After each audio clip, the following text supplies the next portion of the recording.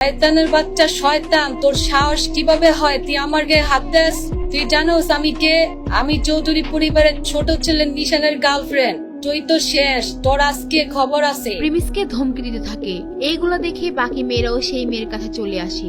যখন তারা শুনে এই মোহিনী ও নিশানের গার্লফ্রেন্ড, তারাও সেখানে ওই মেয়ের সাথে গিয়ে এক হয়। তুই আমার টাচ করে চেষ্টা করছ তাই না?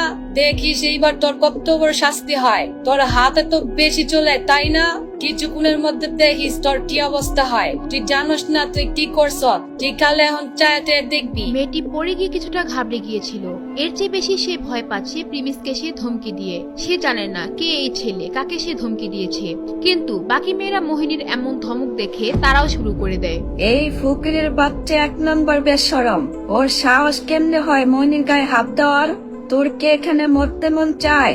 বাঁচার কোনো ইচ্ছা নাই? তাইলে বল, সামনে সমুদ্র আছে, সবাই মিলে তোর ডুবাই দিয়ে আসি। এই ছেলে আমাদের দিকে সেই শুরু থেকে কেমনে যেন তাকায় ছিল। ঠিক আছে, আমি এখনই আয়ারল্যান্ডের লোকদেরকে ফোন দেই। এই ফকিরের বাচ্চারে তাদের কাছে ধরায় দে। আমরা এখানে যেই মেয়েরা আছি এদের মধ্যে যে কোনো একজন তো চৌধুরী পরিবারের ছেলের বউ হব। আয়ারল্যান্ডের লোকেরা আমাদের কথাই শুনবে। তারা সবাই এই আয়ারল্যান্ডের মালকিন হওয়ার স্বপ্ন দেখছিল, যেটার প্রিমিস আগে থেকেই মালিক ছিল। কিন্তু তার জামা কাপড়ের কারণে তারা তাকে চাকর ভাবছিল। প্রিমিস তাদের কিছু বলতে চায় না, তারা যা ভাবছে ভাবে থাকুক। সে তাদের কোনো কিছুই করতে চায় না, কিন্তু তার খারাপ লেগেছিল এই কারণে তাকে কিছু বলার সুযোগ দেওয়া হয়নি। এরপর প্রিমিস ওইখান থেকে চলে যেতে নিবে, ঠিক তখনই সেই মোহিনী তাকে ফোন দেয় যে তাদেরকে এই আইল্যান্ডে নিয়ে এসেছে।